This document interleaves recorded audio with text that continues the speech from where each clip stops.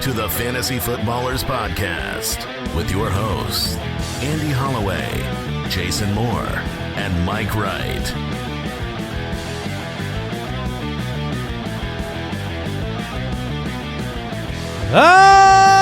Welcome in. Hi. It's Foreman time. For me. For you. That's right. That's on show 1500? Yeah. There it is. On Count. show 1500, we Yes. went with its Foreman time? Yes. I feel disgusting. I feel like something was stolen from us. What did you want? What do you mean? What did we want? What did you want? What do we want? Football time. I always want football time. Oh, okay. No, that's fine. I get it. Deontay Foreman's not on any of your teams. I understand. But That's the people who have him are very excited. About it being Foreman time. Yes. Welcome in, show 1500. They tell me this is a big number. It's not only a big number, but it's a round number. And I think that's actually what's special about it. I mentioned it to my wife this morning that it was show 1500. She said, we just did show 1000. Yeah. She said that was a long time ago. Yep. It does feel like it was like last season. About 500 shows ago. And I was talking to my wife about it, and then I extrapolated, and I said, that means that there is at least 15,000 hours Oh, my gosh. of the Fantasy Oh, is that what- Footballers oh, wow. podcast. Because, like, I mean, our shows, sometimes they're 45. More, like, often they're an hour. The Megalodon is always 2.5 hours. It's like, But they're not 10 hours, which is what it would require Oh, did I for do the us to math have wrong? 15,000 hours. oh, yeah, you're right. Because this isn't That's show just 15,000. Yeah, I did my math wrong. I added a 0. But there are 1,500 hours. Okay. Yeah. Which is a lot of hours to have talked into a microphone. I did the people are going to live to see the year 3000. Yes. Like, I rounded a little bit too high there. December 9th, 2020, show 1000. So here we are, show 1500. And Did you know there's at least 1,500 hours? it sounds so much worse. Oh, I know. Like Yeah. 15,000, I was like, Yeah. oh my gosh. Yeah. That's a lot I was of pretty pumped about that. Should have just let it slide so people are impressed. No, 15,000 hours. We will never get there. Just to confirm what everybody speculated, I saw the YouTube comments and saw the tweets. Yes, I did take a few days to commit to growing my facial hair out. That is why. Thank you. That's why I missed. I needed to get to stubble. Honestly, I can look at you again. we benched him. Yeah. We said this is for your own good. Go on the IR. Yeah. It It would have been funnier if recover. a 3-show IR. Get healthy. It's better for the show. Get hairy. get hairy, get back. Yeah. We have some well, not we. I mean, the producers have some special stuff planned.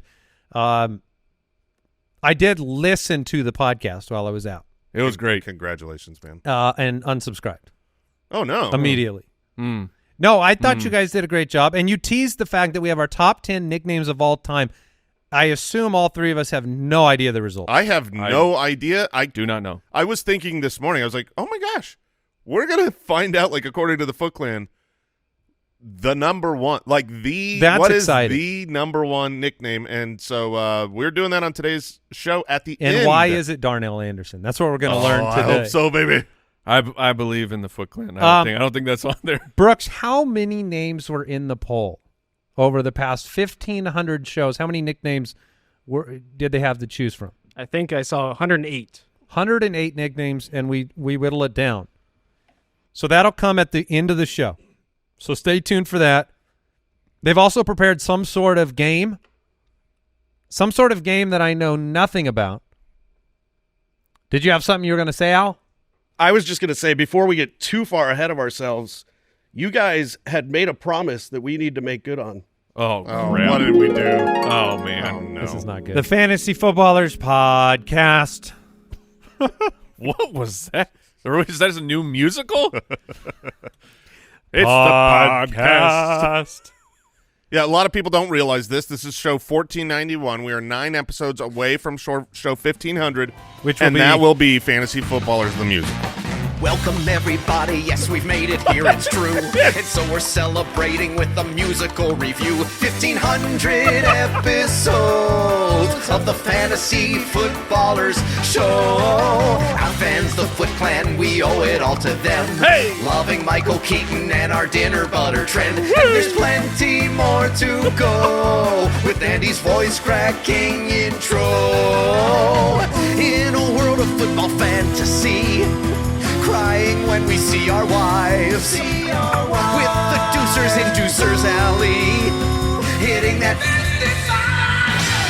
Now Andy, Mike, and Jason, everybody places please. The audience is waiting for this very special treat. Raise the curtain, now let's go. It's our 1,500th show. Andy, Mike, and Jason on the goal line. It's football time. Oh my goodness. That was That was something. awesome. Woo! I am way more hyped for show 1,500. Dude, we're on the goal line? Yeah, I mean, here we are. No, they got the last part wrong. They said it's football time. So, Yeah. I mean, It's Foreman time. Yeah, it's Foreman time. Please, but other than please that, update the lyrics. wow. Whoever put that together, well done. Well done. Give them a round of applause. Yes. Somebody, I got you. I got you. Great job, Wow. producers. Great job. Every 500 shows, they do knock it out of the park. they knock it out. They save. They store up. Oh, yeah, for sure. They've been certainly storing up for 500. Yeah. Wow. I didn't see that coming. No. And I then- was really thrilled that there was something that someone else was singing because Yeah. I thought you literally had gotten to the end of that Dude. and then you just I played was the ready. music and you were waiting for us to sing. I was ready. And Well, you were the only one. I was ready, and then that Welcome thing, to the Onta Foreman. and then the song came on, and then it just kept going. It did go for a while. Thanks for hanging around. We do have a lot to talk about. We have starts of the week, the boom boom kicker. We got matchup previews. We got some news to talk about. Let's jump in. News and notes from around the league. Presented by USAA Insurance. For those listening at home, there were some delightful video highlights accompanying. Yeah, that's correct. You got it. the You got worse every time. yeah this the lyrics were on the screen too. Brooks would like you to know. Couple quick updates. Seahawks, Cardinals. Kenneth Walker didn't practice. Chest injury. Jackson Smith and Jigba hip injury. Tyler Lockett with his weekly hamstring limitations. I don't want to read too much into any of those yet. We'll wait for the Thursday practice report. Yeah, I mean, They're new injuries for Walker and Jigba. the Walker one is more worrying to me, considering he has been, basically on a snap count for 2 weeks because he keeps popping up on the injury report. Like, the man he is not healthy. So I have my concerns there. Well, it's crazy because, and I'll just preview this. I mean, I'm going to get myself shamed on Friday, but when we jump into like DFS, Zach Charbonnet's sitting there for 4,200 this week. That's nice. And then you go and you just look at the game logs for Zach Charbonnet, even with They the are nice. opportunity, and it's abysmal. It's not even like he's not hitting 7 or 8 fantasy points for DFS. He's just doing nothing. So it makes it kind of a real tough situation. Because he should be, if he gets more opportunity, he should be good. But if you look, I mean, he's pretty efficient with his opportunities. Oftentimes, he was 5 for 53 2 weeks ago, but his opportunities 4, 7, 5. You can't do anything with them. they're not proportionate to snap count either. Not at all. It's like it's weird. But also, though, the last 2 weeks. Wait, someone is in the Oh my! Kyle the Borgogin's goodness here, gracious. baby! What? Kyle the Borgogan just walked into Deucer's Alley. What is happening? Unbelievable. Go ahead and throw that camera over there. He's Kyle! back in the building. I heard it was a big episode, so My goodness. let's go. Okay, Dude, this whoa. is great news. I hope that He moved back to Arizona. So I hope we didn't pay for that. Wow. I would have passed. The bill's in the mail. So when he said he was up for pickleball, he meant it. All right. All Wow. right. Fair enough. Wow. Fair enough. Well, You know what? okay. We're getting surprised Yeah, today. we are. This is tremendous. Welcome in, Kyle. I wanted to make sure, like, when we opened the door that you didn't think someone was going to, like, fight you or do something else. But I heard the door, and I was saw like, the what light is going on? And I was like, what is Jeremy doing? Yeah, he's making noise over there. Goodness gracious. Kyle Well, the Borgogan hey, in the building again. welcome back to the studio. Okay, You're unwanted. my point for back to I don't know how you go football. back to football. My point for Seattle and Charbonnet was the last 2 weeks. It was the Cleveland Browns and the Baltimore Ravens. So I mean, that's, and it's not them this week. That is a difficult team to get running back points against, and now you get the Washington Manders. I'm still reeling from. I thought you were in Georgia right now. Welcome in, James Conner, limited. I think he's back. You guys talked about it. The reports we had was that he was ready to go, and we're hoping. And then Michael Wilson, he's been, he missed last week. He's been limited with his shoulder. We have a lot of optimism around his potential involvement. The snap counts are always high for Michael Wilson. Like, he'll be out there a lot. I think we're all excited to see Hollywood, number one, Yep. McBride's involvement, number two, and then Absolutely. Michael Wilson with the potential to be more consistent, because Wilson is a good player. Like, I really think if Wilson is on your waiver wire and you have a spot, pick him up, not because it's a absolute guaranteed slam dunk or even a high probability. The point is, at this part of the season, what can change for players like this where their situation improves drastically? And Well, this is a drastic improvement. Huge, absolutely massive. So hopefully, like Jason said on the show a couple days ago, it is the inverse of the Stafford, where you've been living Right. this life where they've been piecing it together. Like we talked about, it's funny because the Cardinals got progressively worse as an offense. Like Dobbs started the year and it was pretty competitive. You know what we don't talk about a lot with that hasn't been brought up is just like, we act like losing James Conner meant nothing. I was just when it's massive to being able to threaten the defense. When you talked about the offense that looked good to start the year that got much worse, Yeah. I was going to bring up, if you look at when that happened, it's when James Conner left. The fact that you've got James Conner, Hollywood, Trey McBride, Michael Wilson, Kyler to run that, and no defense, it is the recipe you're looking for in fantasy football. And just be comforted. This is not bias from Arizona folks here. I would love us to lose every game the rest of the year. Like I'm sad that we will now not have the first pick because I think they will compete and win. I think they're only do you know the line for that game? Off the top of your head? Yeah. Mike, do you know that line? I don't. Let's see if you can guess the line for the Cardinals-Falcons. And I kind of teased maybe my surprise, but I do know. I mean, last I had heard, anyways, the Falcons actually have a pretty high implied team total. I'll go Falcons -3. I believe it's 1.5. So Okay. I know for sure. Falcons, though? It's Falcons It was. 1.5? It All was right. I know for sure that it was at one point Falcons -2. Yeah, it's- moved to Falcons -1 last I saw. Is it back up? It's to 1.5. Okay. Yeah, it's -1.5 right now. And if you want to root against Arthur Smith, this is your pathway. Yeah, everyone's a Cardinal fan this week. Did you watch Arthur? I have now, by the way, Brooks. You surprised us with the Borgogan. You surprised us with the musical number. I want you to know I'm now turning the clock off. Like Nice. I don't There we care good. Yeah. how Good. long Good the for show you, is. man. Oh, yeah. 1,500 shows. I've never turned the clock off. So that was the first time. We have no schedule. Because you know who else turned the clock off was Arthur Smith when he decided to talk for 5 minutes about all this highfalutin. And Kyle, you're in the state where he resides, which, that's troubling. That's to why begin Kyle's with. here. It's He's a bit like, too close. Did you yeah. escape Arthur? Yeah, after he shaved his mustache, I got out. I mean, the beard looks bad, the mustache looks bad, and babyface looks bad. So Arthur's still searching. He's just look. Maybe some chops. He's some gnarly lamb chops? That would fit his face pretty well because his face it's a little weird looking. Lamb chops, and then is it the handlebar? Sure. Where the- you want him to tie in? No. Just Oh. the biker where the mustache fine. goes down. It's not connected on the chin. Yeah, not none on of the that's going to cheeks fix either. the goal line offense. Yeah, Yeah. the question was posed: why is Bijan not getting many opportunities It was inside so the red zone? condescending. It was so condescending. See, I didn't take it that condescending, but Oh, you're in. You're in on Arthur. Jason and Arthur. He is trying to explain away, and he couldn't. He just kept talking in a circle of like basically what I think he was trying to say, and that's the best anyone could say. They gotta interpret and say, I think what he was trying to say was there have been more play calls for him that just didn't go to him. Pass options. No, I heard it. They passed. Yeah, it sounded. Cool. Flags on the play that were called back. No, it's bullcrap.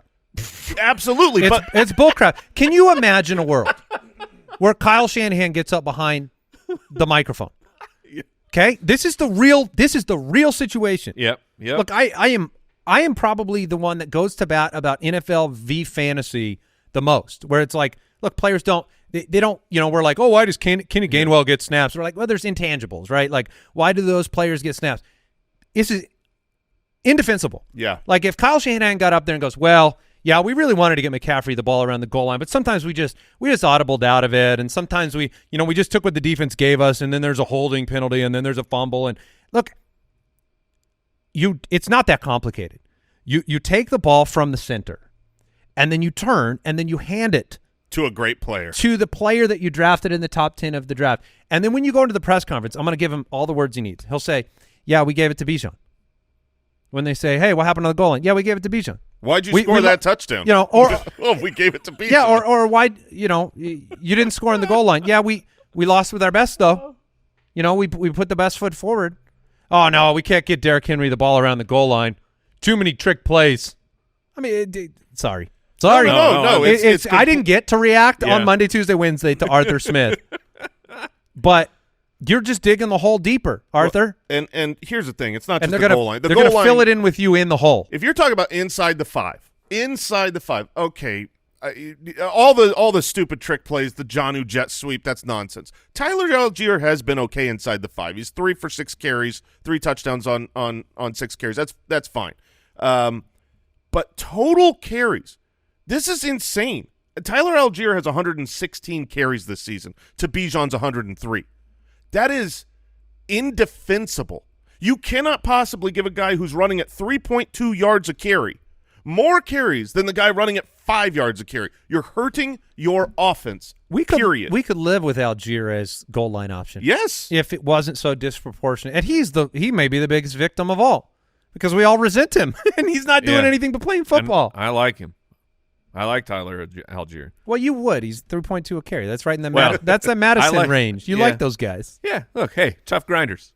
Someone's got to lunch pail it, man. David Montgomery, full participant. He's going to be back out there. I know we have slightly differing opinions, I think, of what things will look like with him back out there. I believe he goes straight back to the David Montgomery role, carrying the bulk of the work, and having Gibbs where we saw him earlier in the season. You think Gibbs has earned more touches and for sure. I mean this is the 12th pick in the draft, and we expected it to maybe take some time. But I believe what I said on the show was that, there's just going to be not a massive difference, but you're going to have more opportunities. He's more comfortable. Some of the stuff that, we hadn't got to see, we got to see. So, and Montgomery's been hurt twice. That was my other point. Is like you do need to me, it's 10% difference. In maybe the amount of the carries on first and second down instead of going to Montgomery. Correct. Yeah, just like a small difference. I think Montgomery's a great play. I think Gibbs is a good play. Justin Jefferson on playing in Week 10 would be a little aggressive, according to his head coach, Kevin O'Connell. So we don't expect to see him, but 21-day window. It was opened. This is great news. We kind of looked at the yellow flag, the worrisome flag of if they were to not open it up this week, they could end up going all the way to the bye week. You wouldn't see him until like week 14. That's not happening now. Can't happen if they want him to play again this year. So he'll be back either next week or the following week for sure. And Khalil Herbert, according to Tom Pelissero, not expected to play tonight, which is why Mike opened Show 1500 with the iconic line, "It's Foreman time." Yeah, it'll either look real good or real bad tomorrow. Yeah, I mean, all morning long, everyone's been saying, like, you just play Deonta Foreman, and I do agree that you should play him. Like, last week, I think, was the first week of the season that Carolina didn't finish in the bottom half in terms of fantasy points given up to the running back position, and it was close, right? It was like 13th. So you have to play Foreman. Like, he's been effective. I'm not sure what you get tonight in this game. Yeah, I agree. But and also, Brian, like, will you be happy with Herbert if you? Or sorry, not Herbert. Will you be happy with Foreman if there's no touchdowns tonight? That is a question I think worth answering. unlikely, but also, I mean, Is Roshan in play because the matchup is so good? I don't think so. The 20 we had 20 carries last week for Foreman. That I expect it to be another. They're going to try at least to be a real run heavy script. Brian Burns for the Carolina Panthers, one of their guys. He won't be playing tonight, so it's all the witch's brew is all there. Now, is it going to be helpful or poisonous? We will see. That was today's news and notes presented by USAA Insurance. Learn more at usaa.com/insurance. And I'm still reeling from seeing the Borgogan over there. This is weird. It's like he never left. I don't know. I've always been here, hiding in the back. What is the like attitude in Atlanta much worse than even out here? Like, are you guys actively despising your own head coach? Y'all's reaction was pretty visceral, but people, don't like him at all. Are they actually calling for, like, is the seat hot? Yeah. Oh, okay. They're probably going to the playoffs, man. That's the worst part about this. Go Cardinals. If you look at their schedule coming up, it just makes me so sad that Arthur can't get fired. The Saints, the Jets, the Buccaneers, the Panthers. How stubborn is he? Genuine question, because it matters to me. Trade deadlines are coming up, right? We've got, I believe, next week a trade. Our League of Records trade deadline is next week. Yeah, and then we're talking some targets and stuff like that. But I'm asking how stubborn is he, because like I've kicked the tires on Bijan, but it's like, I do. How stubborn are you? You say Tyler Algier is the best player in the world. I really, truly. I watched the entire press conference. I saw everything he said. I'm sorry. Thank you. It's my job. Got to do it. I genuinely believe Bijan Robinson gets the ball a ton, has a good game this week. I think going forward, rest of season, he's a running back one from this point forward. That's still my belief. I know he's hard-headed. You'd take Brees over him, wouldn't you? I would currently take Brees over him, yes. Okay. Brees is getting like 20 carries a game.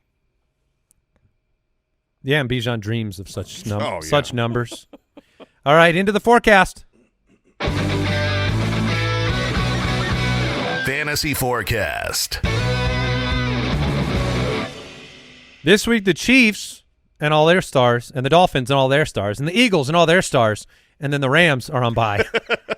I like it. And we got another Germany game. Bonjour. You know, I kind of was into it last week. Yeah, because you know why? The time changed. That's why. It started at 7:30 instead of 6:30 for us, and I was like, 7:30 is fine. I had just woken up, and I was like, oh, I got a little time before the game. Wake up, turn a game on. 7:30 is fine. 6:30 is not fun. What are we doing? The Colts 4-5 playing the New England Patriots at 2-7. Is it just me, or do you imagine Bill Belichick was just super frustrated to have to go to Germany for this game? The DraftKings Sportsbook line is Indianapolis -1.5. The over-under is 43 points. Do we get a track meet again? Indianapolis, they've been giving you some exciting games. The 43-point over-under is fine. I mean, the Colts are somehow, this is true, the only NFL team to score 20-plus points in every single game. That's wild. Yeah, I mean, I like New England to win the ball game, but it's going to be tight. And Gardner doing his thing. Mac Jones, he is their quarterback. He is still their quarterback, yeah. That's what we can say. Ramondre Stevenson. Jason, you're in this week. I am very in on Ramondre Stevenson this week. The Indianapolis Colts are one of the worst defenses against the run. Over the last 6 weeks, they've given up the most fantasy points to running backs. I believe you could play Ezekiel Elliott as a decent flex option. You know, the way that I view this, especially because it's come on the ground, touchdowns have been hard for New England to come by, and the Colts give up a lot of touchdowns to the running back. So I'm seeing one apiece here. I think Ramondre gets in the end zone. I think Zeke gets in the end zone in this matchup in Germany. Okay. What are we looking at on the other side? We had Jonathan Taylor get the majority of work last week. It was, the week before, you guys were kind of alluding to the fact that maybe he really was banged up in the second half. It's hard, though. I mean, it was obviously just one week. But it was what was the expectation from before. So it's not just 1 week out of the blue with no rhyme or reason why Jonathan Taylor would have the carries. It's expectation from us. Is that what you're saying? I think expectation from the world. When you give Jonathan Taylor that much money, you would expect him coming off of injury that it would take a couple weeks. I mean, this is what we said, but a lot of people said it would take a couple weeks until he becomes the 70-30, the main leader of this backfield. And that happened. 74% of snaps this last week, 18 carries, 23 opportunities in the game. He went back to the role that they paid him to exist in. So I don't think that goes away without an injury. Mike? I'm in complete agreement. Look at the routes. Like Jonathan Taylor ran 21. Zach Moss only ran 4. Moss only had 7 opportunities. I think we are full wheels up for Jonathan Taylor, and I would be trying to bench Zach Moss now. Okay, Michael Pittman. Yeah, just playing. Demario Douglas. If you're, I can Zay see Flowers or Douglas. Ooh, Douglas. That's where I lean. Yeah, you got to stick with the target share. JSN or Douglas. JSN dealing with the hip, but it's Washington. I love the JSN matchup this week. I would go JSN over Demario Douglas, barring today's practice report. If JSN is a full participant, and yesterday was kind of a rest day on Wednesday, then I'm on the JSN side. If he's struggling with this new hip injury through the week, then I would go Demario Douglas. Hunter Henry, 7 targets last week. He's always a kind of like a spot start tight end guy. You can fly with him if you want. You like him or Njoku more this week? Njoku's got Baltimore, but he scored in 2 straight. I like Hunter Henry a lot more. The matchup is pretty good against the Colts. Hunter Henry is definitely in streaming consideration. I was looking for him in the DraftKings lineup, but unfortunately not on the slate. Would you drop Josh Downs right back into your flex position if he was active this week? Yeah, probably. Assuming we get in at least a limited practice day or a full practice at some point, I would be playing him over Douglas. Yeah, okay. I would agree with that. Let's take a break. Back with the Texans Bengals.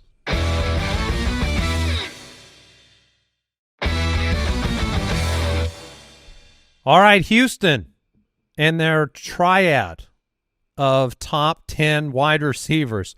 The Texans 4-4, taking on the Bengals, who are 5-3 and hurting at the wide receiver position. The DK Sportsbook line, Cincinnati -6.5. The over-under is 47. Both teams coming off big wins. Cincinnati looked good last week. Houston, the insane 39-37 win over the Buccaneers. That game was awesome. I mean, it was. If you just keep in mind that if you had the over-under of 70, you should have taken the over last week, which is wild. Cincinnati's on fire though, and but we got the bad news. I mean, T. Higgins injured at practice. Yeah, that's not good. A hamstring issue that came up. It's a new injury, and if it's legit, it's funny how sometimes we don't look at practice injuries the same. It's like, it's just a practice. An injury is an injury, right? And it's later in the week. So if he misses a full practice, he was only limited, so maybe it's okay. But if he misses a practice, you got to be prepared to not have Higgins. Well, the worst part is, and I'm sorry, this isn't really actionable news or anything. I'm just saying, I had T. Higgins last year, and there's a lot of people that had the experience of, T. Higgins is playing. Great. No, because he's not. Your default is start your studs when they're active. Yes, and T. Higgins has a history of burning us by being active and then going and taking a snap and then he's done. So I'm not at all saying that's happening, but if you had Higgins on your team last year, you've got to be frustrated. You're thinking about that because a hamstring injury is not this could be more than 1 week. Right. This could be having that level of doubt whether he plays or not.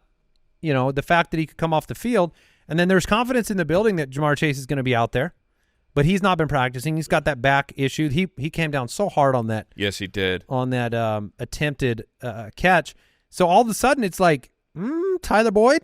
Tyler Boyd seems like maybe he might be a legit play this week. He's been it more could involved. And last week was just a hodgepodge of their tight ends as well. I mean, he's always on the field, and if you don't have Higgins, 6-7 catches is not out of the question for Tyler Boyd.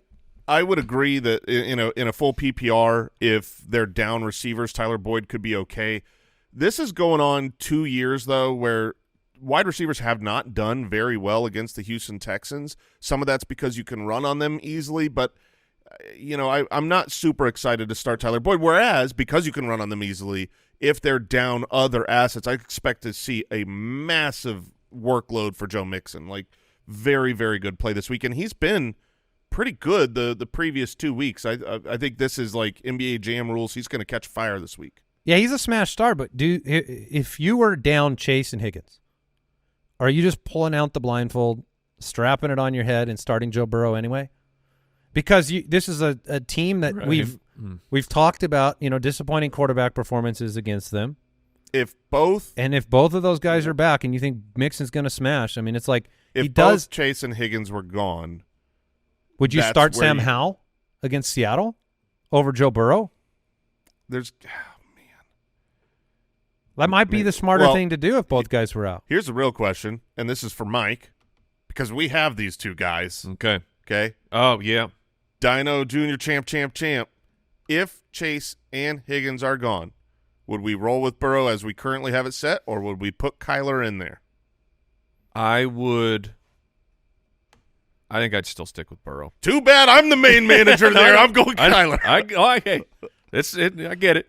But saying if I had to make that choice just myself, good. Joe Burrow is back, and yes, he may not have wide receivers. That's the scenario we're talking about. But Houston 28th against tight ends, giving up almost 12 points a game, and we saw both. We saw Irv Smith, and who else scored last week? Drew Sample. Yeah, freaking Drew Sample. What is this all about? I think it's important to remember that this high-flying C.J. Stroud-led 39-point offense put 13 points up against the Panthers the week before. Mm-hmm. And so it has not been, 470 and 5 every week. If you played Stroud the week before, it was 140 and 0. If you actually look, when they were at home against Pittsburgh, he was top 10. When they were on the road against Atlanta, he did not have a good game. They were at home against New Orleans. He had a good game. They were on the road against Carolina, an easy matchup. Terrible game. At home against Tampa Bay. So it's been a little bit of red light, green light, but it's specifically split with home versus road games. This one is in Cincinnati. Yeah, I don't like the matchup for him. No, it's certainly – I don't think we should react to last week. He is still a rookie. He's going to have up and down games. The defense is going to be good. They're going to want to run the ball if they don't have their wide receivers, them being the Bengals. The Bengals are still favored by 6.5. So I agree. I mean, I don't think he's an absolute locked-in starter. For instance, my weekly barometer has been Kyler. Like, would I start Kyler? I would start Kyler over C.J. Stroud. Dameon Pierce didn't practice Wednesday. Today and tomorrow are going to matter a lot as to whether he's back out there. The Bengals have struggled against the run in the last 6 weeks, so that would be something where, is he in flex consideration if he's active with Singletary struggling so much?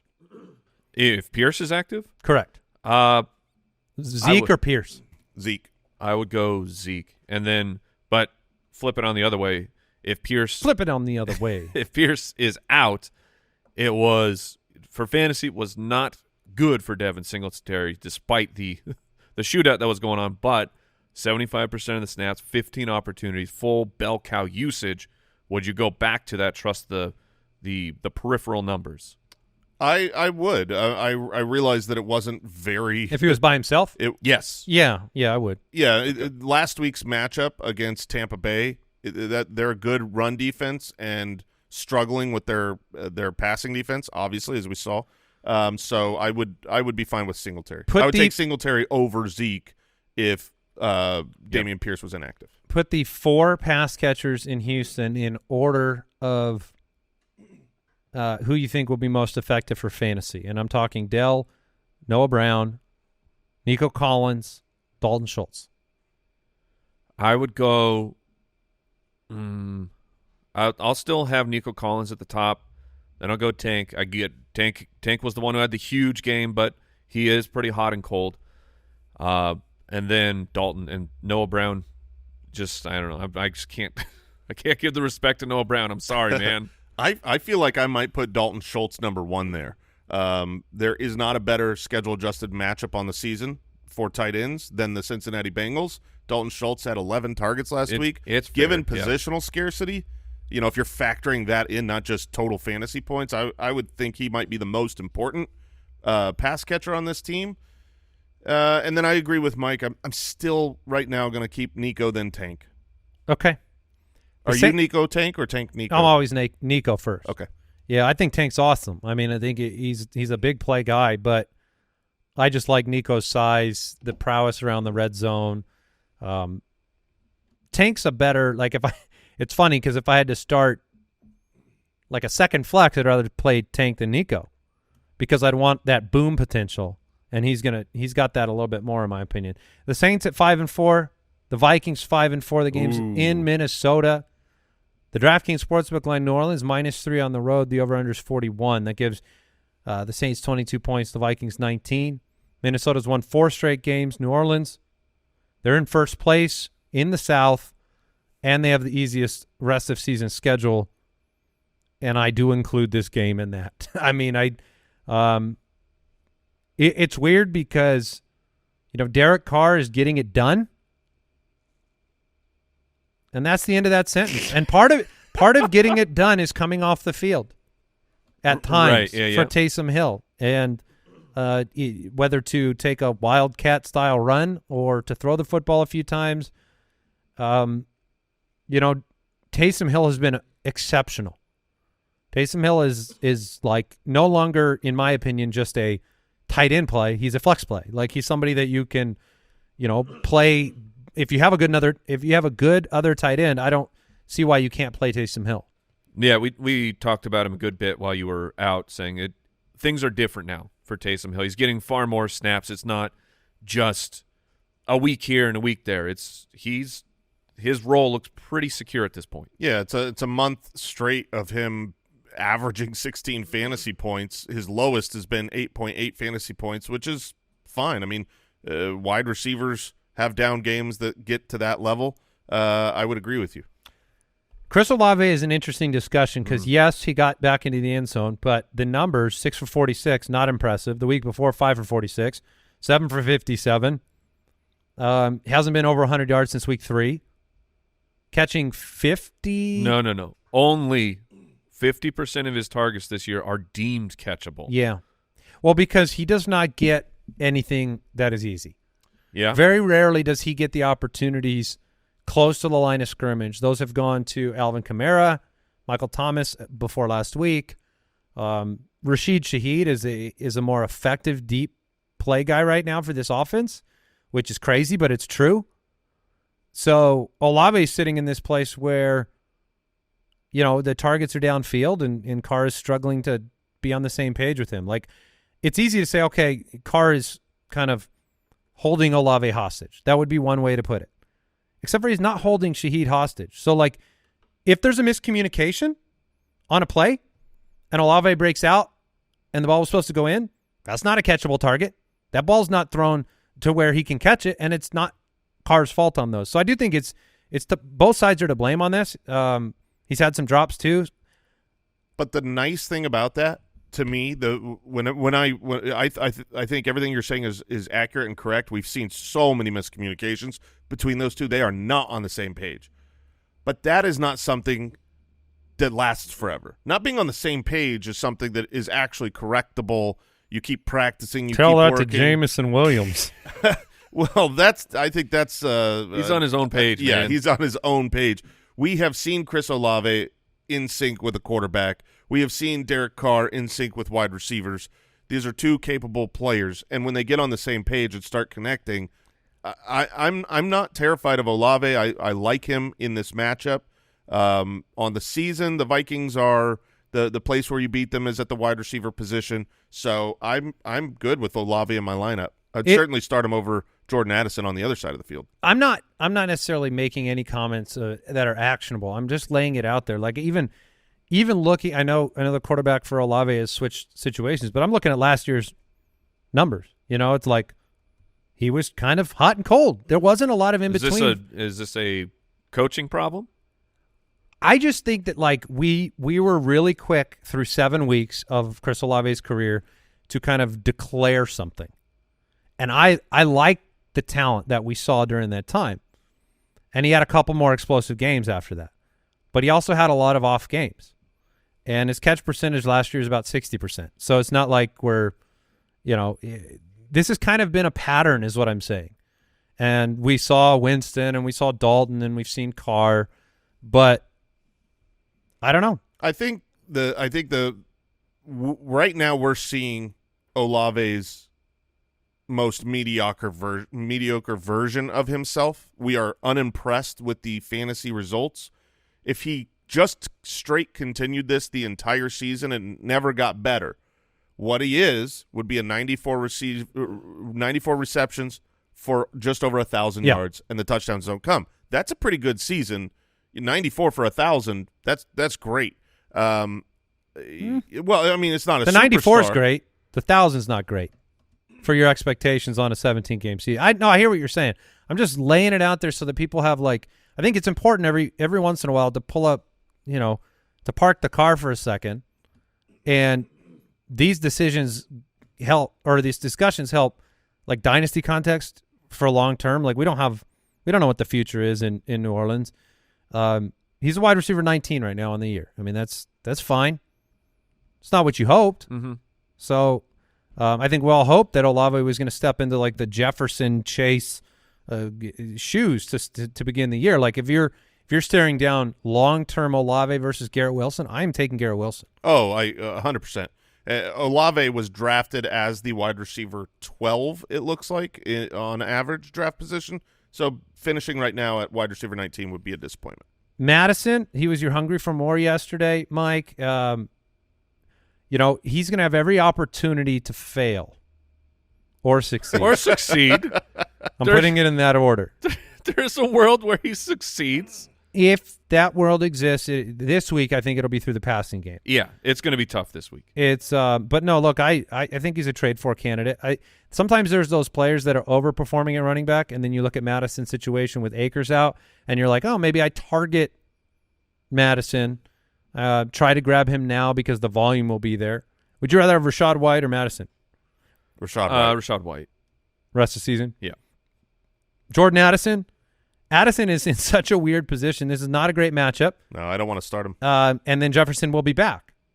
And then it's like, can Dobbs support multiple wide receiver options? He didn't really support one in Arizona.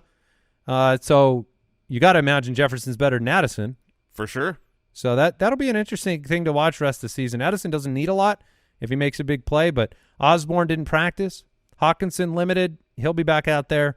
And that is kind of where you want to be. The last 6 weeks, Saints defense has struggled against the tight end. Yeah, it's the one place they've given up a lot of points. They've been pretty good across the board. You cut Michael Thomas in our league of record. Now, is that is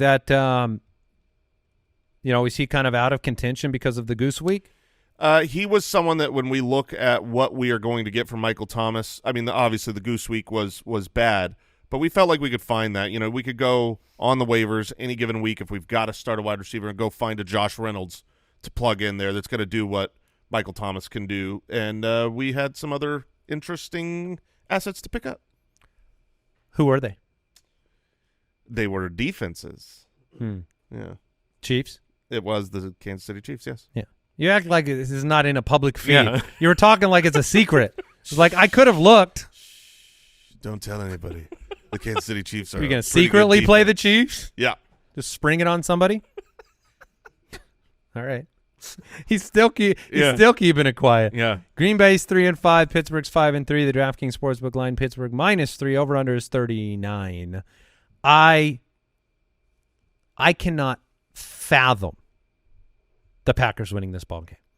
I can't even create it in my head, the situation where they score enough points to win here.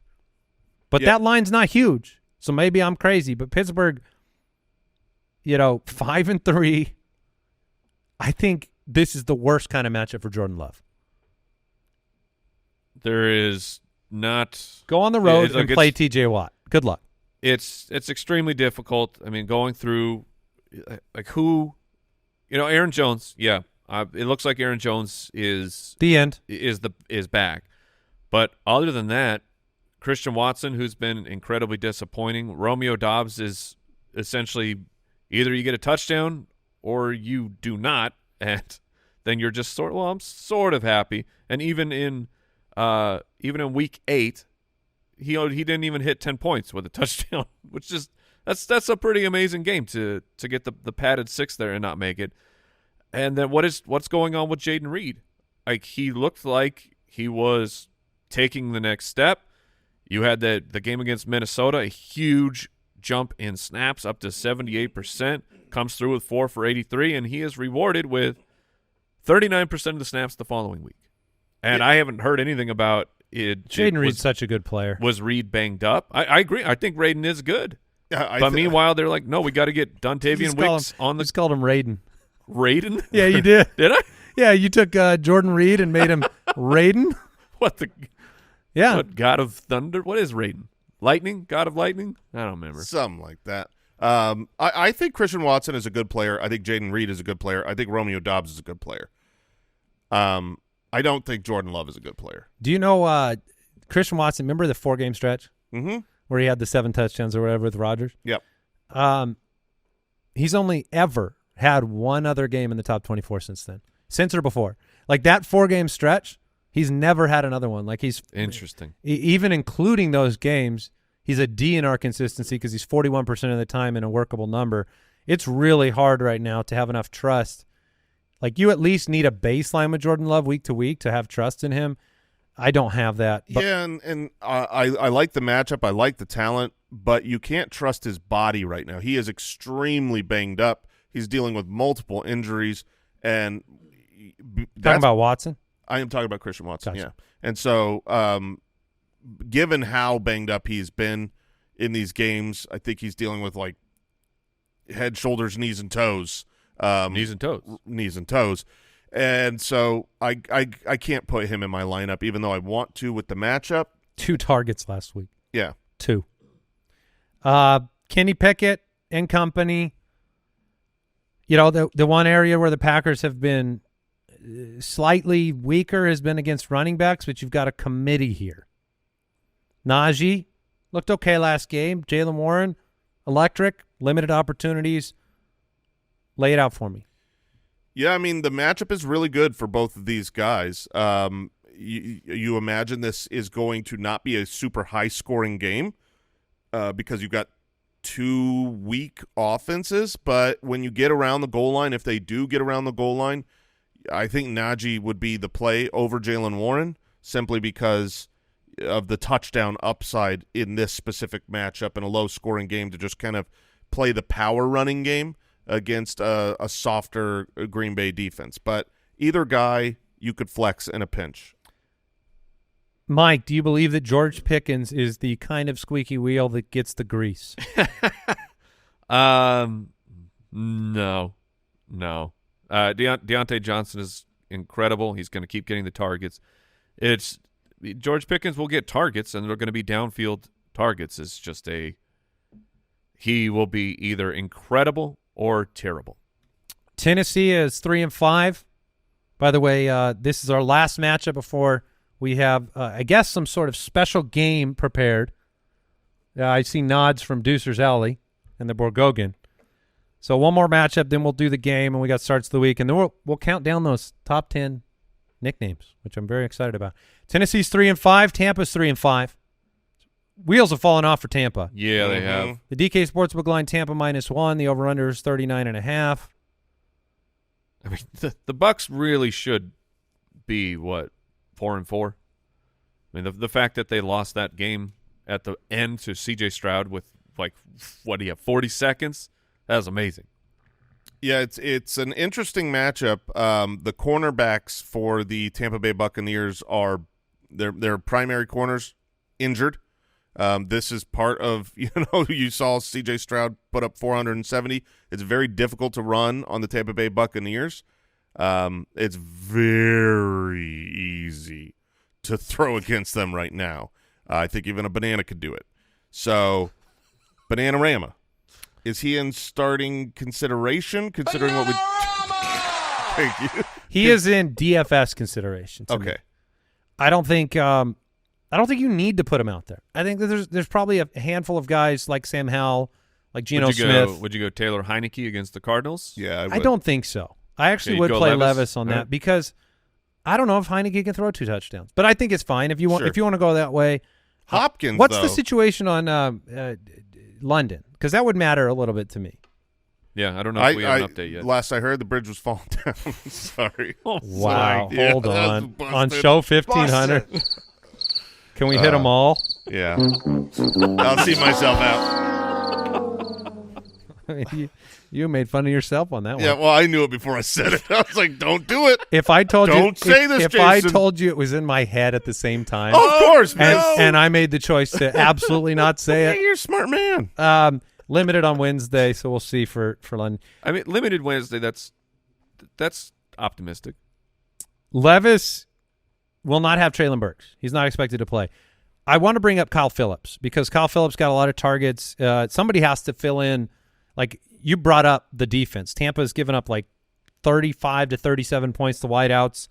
Hopkins is I was so upset to get into the show, Doc, and I didn't have the chance to put DeAndre Hopkins in as my start of the week. Oh, well, spoilers. So somebody might have done that. But Kyle Phillips is getting more involved, and I'm just throwing it out there for like DFS. I think he's the bare minimum. Kyle, who is part of the DFS show, have you guys considered Kyle Phillips this week? We're going to talk about him today as a punt. Okay. Derrick Henry, RB7 on the year. Tampa has yet to allow a red zone rushing touchdown to a running back this year. Yeah, this is a real you hope it's snowing in Vermont situation because it's tough sledding for Derrick Henry in this matchup. The Buccaneers have just been good for a long, long time against the run. It's a very, very tough defense to run on, and they want you to throw. They want, it's like why would you not throw the ball against a very easy to beat secondary? So, well, Derrick Henry might do that too. That's fair. That is fair. Chris Godwin managed 2 for 16 on a week where Tampa Bay put up 37 points. He was also banged up at one point. I know he essentially played the whole game, 88% of the snaps, but I don't remember at what point in the game. Jay, do you remember? Like he went down. I think he was holding his hand. Yeah, I don't remember the off the top of my head. specifics of when that happened, but obviously he did play the majority of game. The matchup is great. Is there anybody here. you're not playing on Tampa's side? Like, would you play Baker over Levis? Yeah, I think I would because of the weapons. Yeah. So Evans, Godwin, Otten, White. Yeah, Otten is he's okay. He had a big week last week, but the Titans are very good against tight ends. So Musgrave over him. I've cooled on Otten. Yeah, I think Musgrave over him. Okay. Anybody else from this game you guys want to discuss? Nope. I'm supposed to push this button now. I want to play a game. Should I be afraid? Is something else going to walk in that door? Don't be afraid. Can I win? How much money can we win? You can win. I Okay. see All right. a picture that says It says Footballers Trivia. Oh, my gosh. and the Borgogan has this, huh? He's in a suit. Kyle's the host? How many? All right. Okay. Take it away, Kyle. All right, so I went back, looked at some episodes, and Oh, I got boy. some numbers. So you guys need to write down a number, and the three of you guys can kind of compare your answers and see who's the closest. So it's whoever's the closest between three of you, that's what we're going for, okay? Okay. So we're doing some footballers trivia. Yeah, first question, okay? Before Andy's famous intro of welcome in, he used to start the show with, "What is going on, everybody?" and "Welcome to the show." What was the first episode number that Andy said, welcome in? See, I've always wondered this. This is like I have no idea how. I don't know how it started. I don't remember. I'm gonna guess. You're looking episode number. Episode number, and you guys will turn them over at the same time. And Yeah, we'll reserve share with answers. we'll have to share with the listening audience here. The number that I put, I'm locking it in, so I'm going to say it, is 45. I'm going to put 45. Oh, you're going that? I was going way later. Okay. It must be. It might be way later. I went 233. Okay, I guess there's 1,500 shows. That And I went soups early. I went 33. okay. What's the answer? the answer is 389. Wow. Yeah. All right. Okay, so episode I knew it. 389. I knew it took a while. Mike even made a point after you did it on that episode to kind of like say, "Oh, that's different." Yeah. Really? So you used to say also "Welcome in" or "Happy Monday." That means I've only said that for 74% of all the shows we've ever done. Wow. That's still the majority.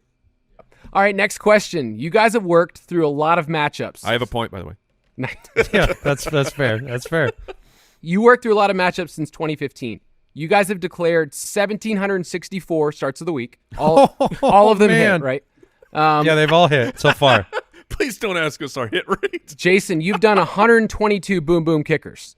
All of them have hit. Yeah, of course. How many different regular season matchup breakdowns have you done? Like you did 4 today, not counting those, but how many have you done since 2015? How many matchup breakdowns? Oh, that's just math, right? Yeah. So But that's tough math. that's very tough. Man. So we just have to shoot our shot here. Yeah. So Let's go a season. Hold on, I'm trying to work 2,000. I'm just going to Okay, throw so it. I'm going to 2,000. throw a flat number out there. I will go 1,500. I'm going to take the under on that. I'm going to go. What did you go? I went Or Andy, 2,000. I'm going to go. I'll go 1,200.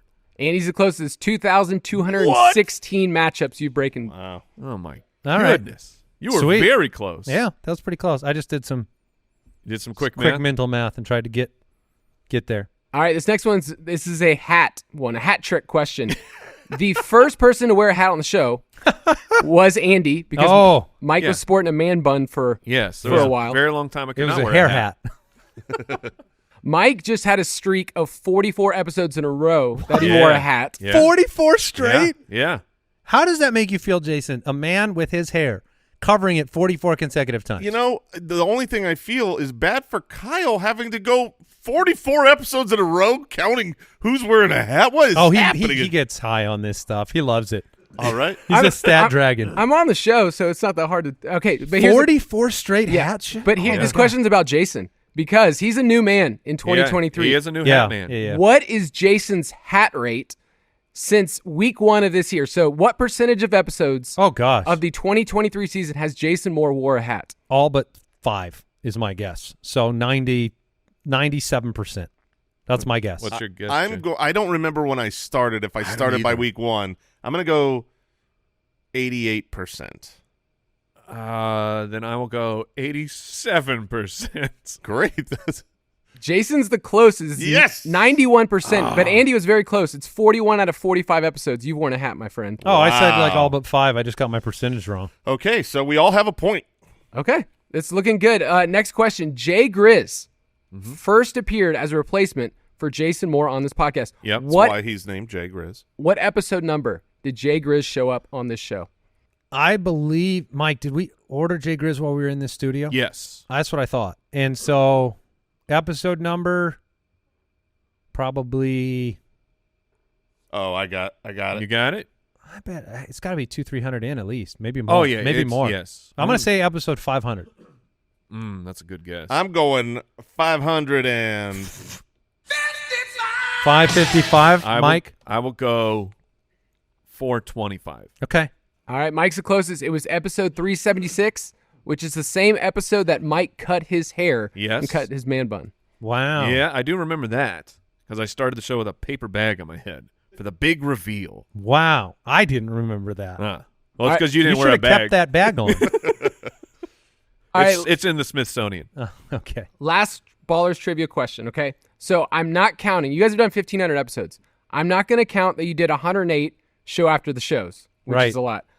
I'm not going to count the 147 footcasts you've done, okay? We're not going to do that. yeah. We're not going to count the 116 live streams or the Spotify Lives or the SiriusXM or the Spitballers. Okay. If you wanted to listen to every single Footballers episode, 15,000 hours. this is the question. How long would it take you consecutively if you just had a playlist to listen to all of these episodes in a row? And you know what? Some listener will probably do this. They'll turn it on. How long would this take you? I will. How many days is my question? Oh, What? I mean, this is just math. I got to convert into. Um, Okay. I'm going to go. Here, let me just. I'm going to go 62.5 days. I don't know, 300 days or something. No, not that. This is you don't sleep, right? This is 24 hours in a day. Jay, what did you guess? 60 days? Yeah. I guessed 62.5 hours. 62.5 days? Hours? Days. Days. Sorry, 62.5 I'll days. go. I'm going to go like 80 days. Fine, I'm changing mine because mine was way too high. I'll go 95 days. It would be approximately 93,000 minutes. And Jason, you were the close 64.8 days. Yeah. You listened to every single episode back to back forever. Wow. All right. Okay. Is that the final one? That's the final one. Who won? Well, I think Jason won. Okay. Congratulations, Jason. Did I win? I'll take it. You're the smartest man alive. Great. Thank you. I don't know. Whatever. All right. Thank you, Kyle. That was fascinating. You dig deep. That's a lot of footballers. We have starts of the week and then the countdown. Yeah. So I'm excited. Welcome to Starts of the Week, presented by Purina Pro Plan. All right. Who wants to start with their quarterback? I'll jump in. I got Jared Goff. And look, it is a little bit risky business because it's Jared Goff on the road. But he is playing against the Chargers. The Lions are 3-point road favorites. Teams are throwing on the Chargers at the third highest rate in the NFL. Goff is averaging about 40 pass attempts per game on the road, and the Chargers are dead last in schedule-adjusted points to the quarterback position. So I think Goff is in a very good spot. Yeah, and it's on the road, but it's I don't like it. It's really No, I don't. I love the start of Jared Goff. I even though it's on the road, road games against the Chargers are oftentimes home games for a traveling crowd. This Lions team and fan base right now, I'll bet there's a lot of people at that game. I'm going to go next with Kyler Murray as my start of the week. I want to give people confidence to start him week one. There's going to be a lot of questions out there of whether you can. If you have one of those other 6 obvious starts, I'm not saying start him over that, but if you have a questionable start, you got a Sam Howell, you got a Geno Smith, Jared Goff. Are you still Goff? I am Mike's Goff. start of the week. Yes, I am Goff over Kyler Murray. So Kyler Murray right now in his career, he's averaged 20.3 fantasy points per game. He's been a quarterback one in 63% of his full games played. That's behind only Mahomes, Josh Allen, Lamar, and Jalen Hurts since 2019. And then over the last month, the Falcons are 31st in schedule-adjusted fantasy points allowed to quarterbacks. And we've seen younger, athletic quarterbacks coming back from an ACL injury. Deshaun Watson came back and ran the ball right off the bat. What about the rust? You're not worried about the rust? I mean, He hasn't played in a long time. I do not think Kyler is going to come out here and have his best game of the season by any means. There's going to be a little bit of rust. He probably won't run the most he's going to run this season, but he is a massive upgrade over Joshua Dobbs, who has been very fantasy relevant as a Cardinal. He's actually had a handful of big performances. So I think Kyler is someone that if you've been holding on to him or if you scooped him up and you've been looking for that quarterback, I'm plugging him in week one. Brock Purdy is my quarterback start of the week. Taking on Jacksonville, gets Deebo Samuel back, full assortment of weapons with McCaffrey and Deebo and Ayuk and Kittle. He's a good quarterback who's taken a lot of crap for this losing streak, but they're coming off the bye week. They've got a lot to prove. I'm very confident in Purdy with 2 touchdowns at least. And I'm going with Tony Pollard against the New York Giants. I think this is it. This is the time. He is tied for the second most red zone attempts. It's been inefficient, only 2 red zone touchdowns this year, but the Cowboys have the highest implied team total. They are playing the Giants. They should absolutely destroy them. And a hot Kyle stat here over the last decade, 64 teams were favored by more than 2 touchdowns at home, and the running backs, I should say, 30 rushing attempts, 137 yards, averaged over 30 fantasy points a game. Did you see the line? Tony Pollard Do you know the line? I believe it's 16 Yeah, points. I had heard it was 16 and a half. Yeah. The 16 wasn't high enough. They're like, bet it up. Yeah, I think this is finally the week that we get some hot Tony Pollard action. Okay, for my running back start of the week, I'm going with Ramondre Stevenson. Guten We talked Tag. about- Yeah, over in Germany. He's actually been the running back 9 Yeah, the plan is working. over the last month, averaging 15 opportunities per game against the Colts. If he gets 15 opportunities, he should be great. I talked about it, but they have allowed the most rushing touchdowns in the NFL this season. And it's not just touchdowns. On the season, he's averaging as many targets per game as Christian McCaffrey. So the matchup here makes him a must-start to me. It's interesting because the targets is what we were hoping would come back, that 6 that he had in week 1, and he's had 6, 6, 4, 6. His total carries are not that high. I mean, it's 10, 9, 10, 9. Like, he hasn't been over that 8. So But it's still, been in the passing game. 15 opportunities a game, you would want it to be 10 yeah. carries and 5 receptions versus 14 carries and 1 reception. I'm going with Javonte Williams. This is I like Javonte has looked better and better as the season went on. The Bills' defense is really struggling. They're allowing almost 5 yards per carry on the ground. They're also struggling through the air. That's why they made a trade. 30 opportunities for Javonte before the bye week. I think he's a top 15 rest of the season running back. Oh, I do. oh my! I could see it. At wide receiver, I'm going to go with DeAndre Hopkins. He is top 5 in target share and air yards share. So this is a perfect matchup for him. He's playing the Tampa Bay Buccaneers, who just got absolutely destroyed by the Houston Texans. But it's just the confidence of Will Levis. Not that Will Levis is the greatest quarterback on earth, but we have a quarterback now who will give Hopkins the star treatment. 11 targets last week. That is absolutely beautiful. Against a winnable opponent, I like Hopkins as a smash play. Hopkins is going to be awesome this week. I've got Tyler Lockett against Washington at home. Hot Lockett. We're coming off a terrible week for the Seahawks offense. It was straight diaper gravy last week in Baltimore. Oh, that's a new one. But this is still a good team, a well-run franchise. What episode did Jason break out the new phrase, diaper gravy? 1,500. So I think they bounce back, and the Washington defense is why you can have confidence. Washington is the 31st best in schedule-adjusted fantasy points allowed to wide receivers, 30th in expected points added per pass attempt. Lockett's averaging 6 targets per game. There's probably going to be a little bit rain in this game. That's the only concern. If for some reason it gets worse beforehand, maybe you make a pivot. But I presume Lockett's had plenty of good games in the rain before. They play in Seattle. It rains all the time. Have you seen how bad DK Metcalf has been? Yeah. Yes. Like, this offense, if they don't perform against Washington, there's going to be panic alarms for Geno Smith. I mean, it will be like a full moving on from Geno for the franchise maybe at some point. It's been bad. It has. It sucks, man, because that was such a great story. Metcalf had 1 catch for 50 yards last week, which was a lot of yak. Mm-hmm. Yeah, that was it. That's sad. Is it my turn? No. Yep. It is. Yep. My wide receiver is contingent on being active. That's important. Drake London, if he plays Arizona, if he's healthy, I think Drake London is a huge play this week. Been fairly consistent before getting hurt. 8 targets a game, 63 receiving yards a game. Cardinals secondary incredibly weak, and the ability for Kyler to put up some points. I think Drake London is set up. The problem is you don't really know where to go if he's out, because last week Mac Hollins got banged up, and so then Kadarius Hodge came in and actually looked pretty good.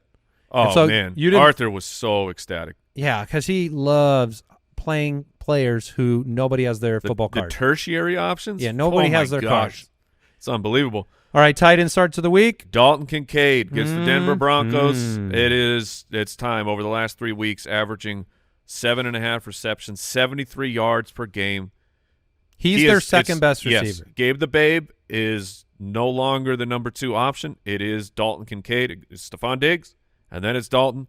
And then the matchup, the Broncos 30th in schedule adjusted points to the tight end. This will be a very fun Dalton Kincaid game. It is the week for Dalton tight ends for Yes. sure. If you have a Find Dalton a tight Dalton, end, Andy. and I'm going to go with Dalton Schultz against Cincinnati, someone call a doctor because Dr. Schultz is back. He had 11 targets last week. He has been a difference-making tight end over the last month, basically killing it since week 4. He got off to a slow start. We thought, oh, he's not important to this offense. He's actually really, really good. He's a good tight end the rest of the season, but this week, Cincinnati is dead last in schedule-adjusted fantasy points allowed to the tight end. Look at what Cade Otton did last week.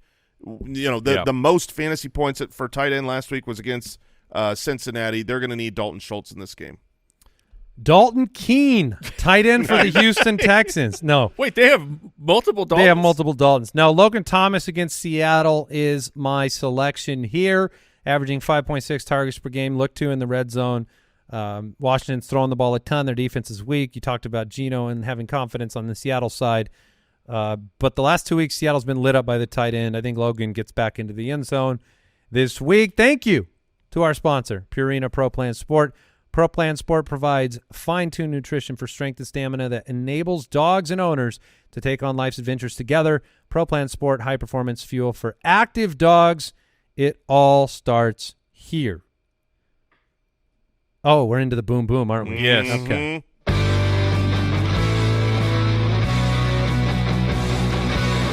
Jason Moore's ironclad, locked and loaded, 100% guaranteed boom boom kicker of the week. Last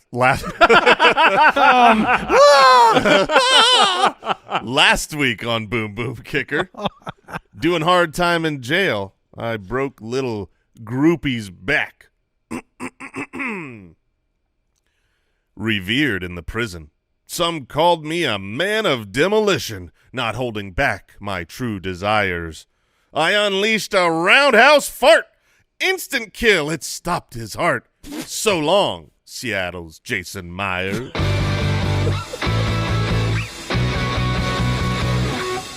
Now, So you're just I have some notes. yeah. We had a Demolition Man reference. Yeah, well, yeah. I like that. Now, I guess if you want to stretch it, you could say Roundhouse Wesley Snipes. But Sly Stallone is not a roundhouse type of guy. So you No. This is a Wesley Snipes. Okay. This was a Wesley Snipes All right. roundhouse fart. Okay. All right, you're All back right. in? Yeah. Okay, Okay. yeah. I worked through my problems. Okay, good. Oh, man. Glad we brought it up. I find it a little disturbing that you're not just beating them up. They're like He's on you're a like killing killing them. He's on a They're dead. Yeah. They're dead. I hate kickers. I know, hate but them. that's like real hate. Murder. Yeah, murder is at the tippy top of hate. To be fair, I didn't know that my roundhouse fart would kill him. It was just a good one, just a real solid roundhouse fart. Yep. What a lead in. All right, we have one more segment, right? We've got a Yes. special moment here. I believe we do. Let's have the moment you've all been waiting for. The top 10 show nicknames of all time. Brooks, are you handling this? Yes, sir. I've got the results. So are you counting them down 10-1? Yes, sir. I sure am. Yeah, we have. I am so curious. 108 nicknames, and I saw people complaining that other ones weren't in there. Yeah, Some like I think one-offs maybe. and some were like ones more jingles, singing. You know, Yeah. David Johnson was the biggest one that people were looking for, but we It's not really a nickname. we I get decided that, that I didn't get make the cut. All right. And we had over 5,000 votes. Excellent. And we're going to start actually a quick shout out to number 11 because only 19 votes separate 10 and 11. And 11 was Pity City. Oh. And that was a change this morning. Last night, Pity City had the Hey, lead. But your vote counts. Kyle, does that make you sad? He's top 12 wide receiver. I love it. Top 12 nickname too. All right. All right. At number 10, with 1,263 votes, Fat Thor. Oh, Wow. Fat Thor? Recency Brand new. bias. Yes. Yeah, that's Fat Thor. All right. that's surprising. Yeah. Also ridiculous, Mike, that you accomplished what you did with that name. And my Halloween costume. All right, guys. At number 9, All right. Mr. Beehole. Yeah. Adam Gase. Yeah. Mr. Beehole was number 9, huh? And I believe you said Adam Gase, but we have updated that. That is no longer Adam Gase's nickname. That is Arthur Smith's. All right. All right, number 8. This one surprised me, guys. Fireball Jones, Tim Patrick. Wow. Number 8 with almost 1,400 votes. He never got to live up to that. No. I feel like maybe we shouldn't have called him that. We have changed a few guys' names like that. Tried to give him a real superhero name. Yeah, Smash Jackson was poof gone. Yeah, that's not. Hey. So Fireball Jones was 8? But Okay. you know what? This is not our fault. We're doing everything we can for these guys. And, Yeah, he got paid. That's true. He probably got paid because of the nickname. and at number 7 with about 100 votes more, Booty Scootin' Cam Oh, Newton. yeah. All right. That was a great one. It was. The drop made the name. I mean, Booty Scootin' Cam Newton is okay. But when his hit that drop again.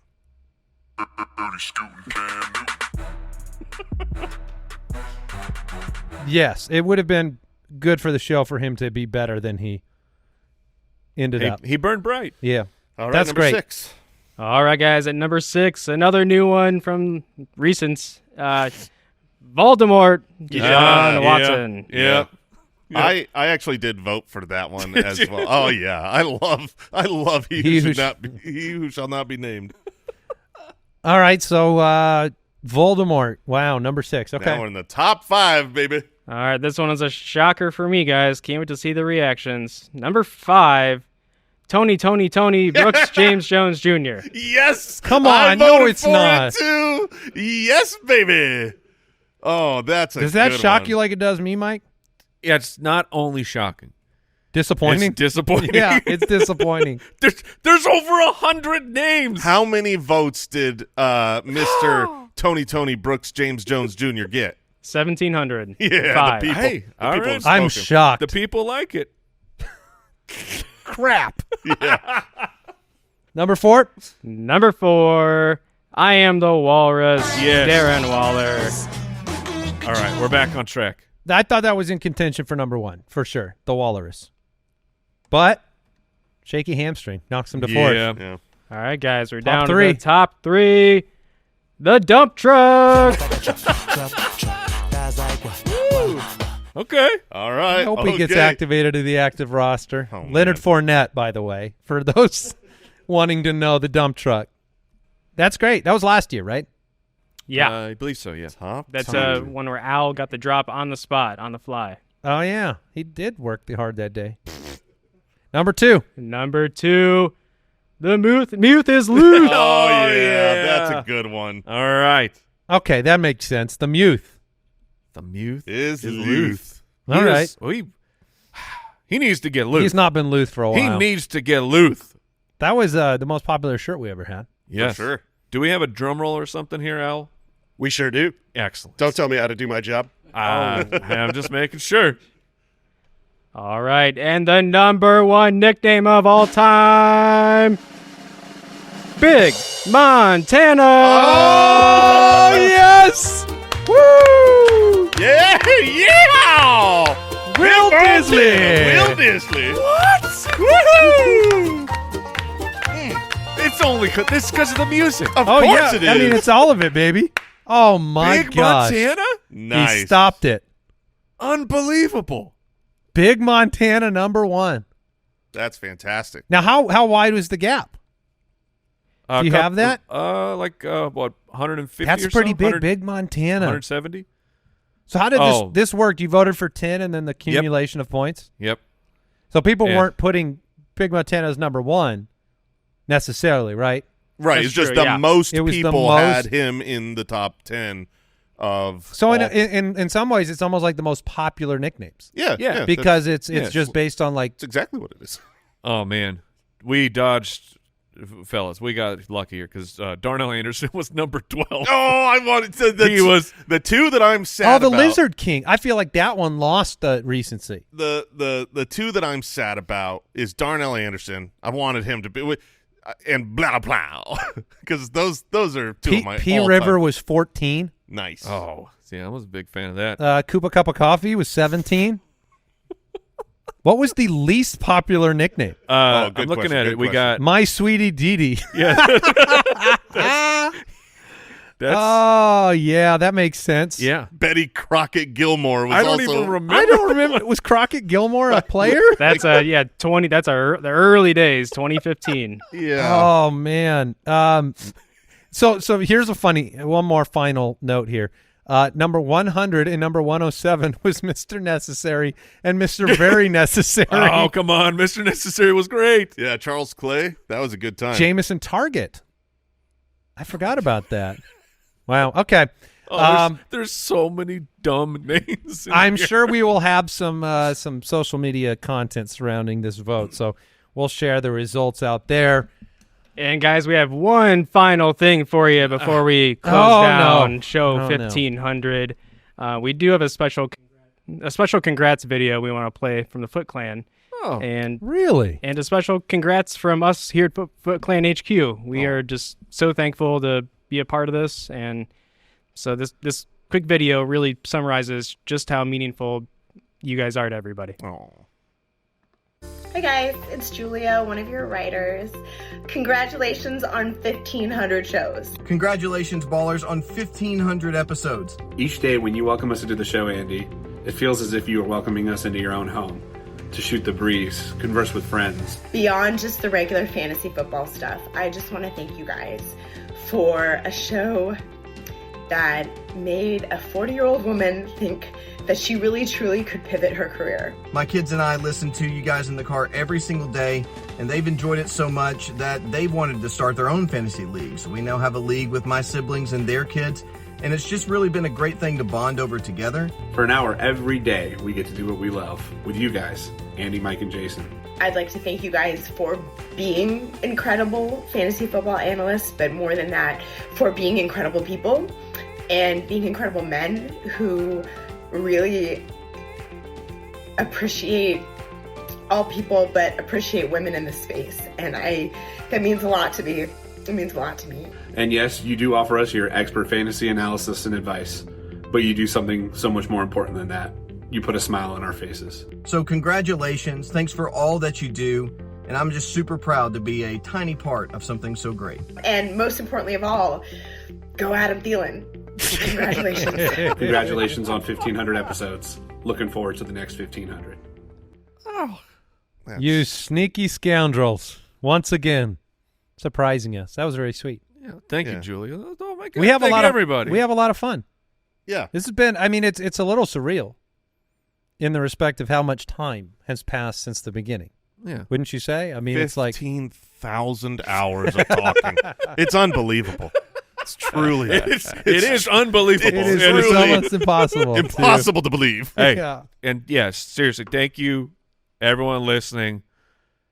What a ride! What a ride! Thank you for and let's be clear. I mean, that was some very nice stuff said about the three of us, but we are a team. Yeah, we are just like a reflection of the people around us in every respect, from the production staff to our dev team to everybody. You know, Papa Josh handling customer support, Betsy and Kyle, and what they do on the other podcasts, and the Foot Clan. Yeah, I mean it's we started this because we believed that fantasy was a lot more than trying to, increase your bank account on a weekly basis or, even finishing first in your league. Like one person does that every year, but everybody plays together. And so, I've seen some comments this past week on show 1500 of people just saying like they look forward to the daily routine of fantasy football. And that's really what it is. You play the whole year. And there's only one day the championship happens. And you got, 364 other days where you're part of the routine of fantasy, which we think is really fun and fills people with camaraderie and connection and all that. So that's why we do it. And we really appreciate everybody. So thank you so much. No more surprises back there? That's it. Now you're sending the Borgogan right back out, right? Oh, yeah. Get him out that door. Get out of here, Kyle. Thank you, everybody. Thank you, Thank you Goosers. so much, everyone. We'll see you tomorrow. Goodbye.